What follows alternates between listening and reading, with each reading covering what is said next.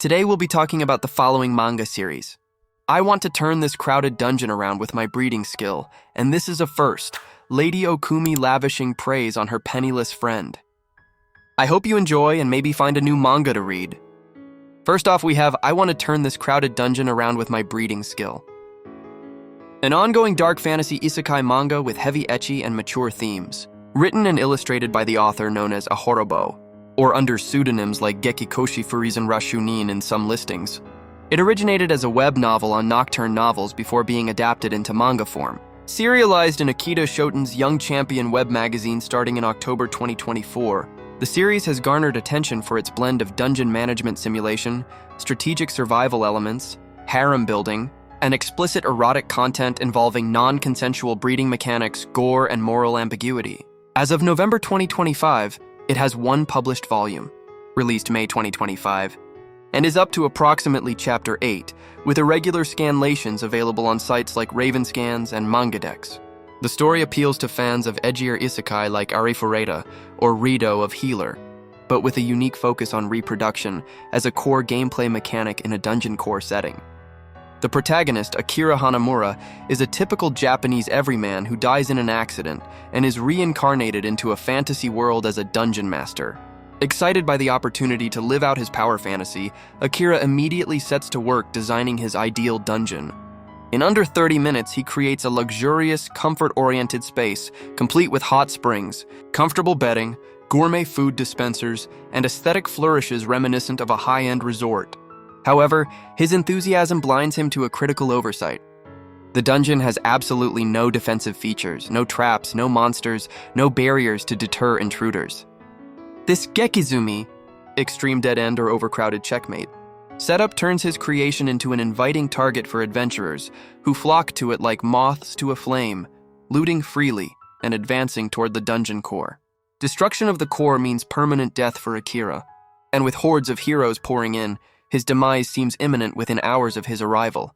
In a moment of desperation, Akira uncovers his unique skill, Hanshoku, reproduction or breeding. This ability allows him to impregnate compatible females, ranging from summoned monster girls to captured human adventurers, and accelerate the gestation and maturation process to produce hybrid offspring almost instantly. These hybrids inherit traits from both parents, blending human intelligence, magical affinities, or physical prowess with monstrous attributes, effectively serving as customizable dungeon minions. The skill transforms reproduction from a mere biological act into a tactical resource generator, enabling Akira to rapidly populate his dungeon with an army tailored to counter threats. The manga doesn't shy away from depicting these encounters in graphic detail, emphasizing physical dominance and explicit sequences that highlight the power imbalance and eroticism, often with elements of non-consensual submission, as Akira rationalizes his actions for survival.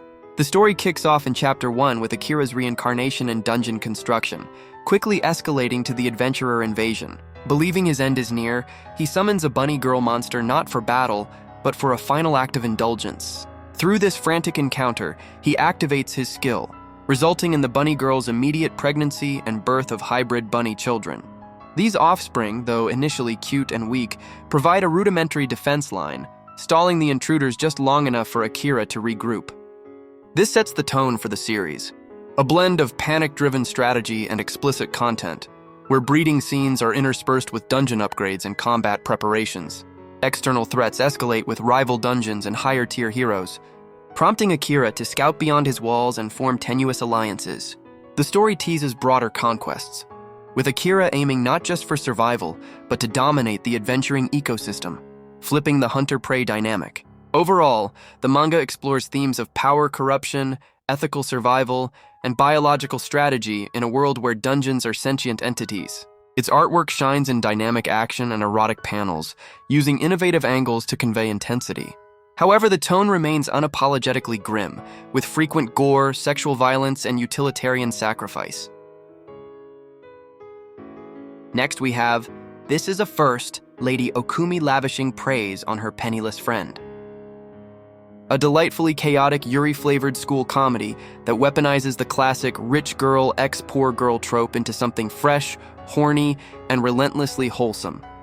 At the center of the story is Hinako Shimoya, sometimes fan-translated as Binko in early scans.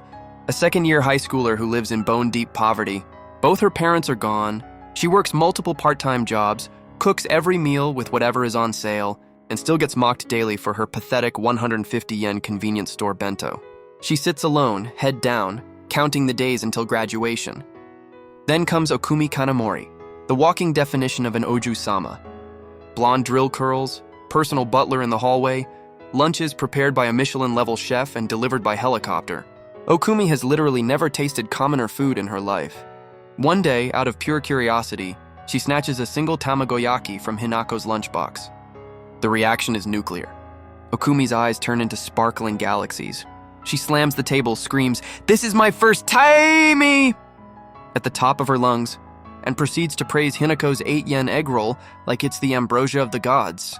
She calls Hinako a once-in-a-century culinary genius, a goddess of flavor, a revolutionary who will save the world through omelets. The entire class is stunned into silence. Hinako turns beet red and wants to die on the spot. From that moment, Okumi latches onto Hinako like a glittery koala. Every ordinary thing Hinako does becomes Okumi's new first experience, and every single one triggers an explosive praise avalanche. First time eating cup ramen, Okumi cries tears of joy and declares Hinako a noodle saint. First time riding a crowded train, Okumi clings to Hinako's arm, blushing, screaming, "Your poverty is so erotic. I mean, authentic." First time shopping at a 100 yen store, Okumi buys 47 identical cheap hair clips because anything Hinako-chan touches becomes treasure. First time doing laundry by hand, Okumi films it like it's an Oscar-worthy documentary and uploads it to her 2 million followers with the caption, "My soulmate is a laundry goddess." Hinako's poverty, which she's always been ashamed of, suddenly becomes the hottest commodity in Okumi's eyes. Okumi genuinely believes Hinako is the most talented, beautiful, hardworking, perfect human alive, and she will not shut up about it. Ever. She follows Hinako home, barges into her rundown apartment, and praises the peeling wallpaper as vintage chic. She even tries to pay Hinako's rent with a black credit card, only to be horrified when Hinako refuses because that's not how friendship works. Underneath the non-stop comedy, the story quietly explores how wealth and poverty shape self-worth. Hinako learns that her struggles don't make her less than, they make her extraordinary to someone who's never had to fight for anything. Okumi, meanwhile, discovers that money can't buy the warmth of a hand-cooked meal or the thrill of a crowded festival date with the girl you're quickly falling for. The Yuri tension is dialed to 11. Okumi's praise quickly slides from, "You're an amazing cook," to, "Your sweat smells like success and I want to bottle it." She gets nosebleeds when Hinako ties her hair up to cook. She begs to be stepped on, because poor girls are strong and cool. Hinako keeps insisting, "We're just friends," while blushing harder than a stop sign.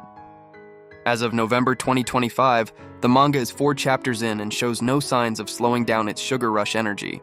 Every chapter introduces a new first time that somehow tops the last in both hilarity and heart-melting intimacy.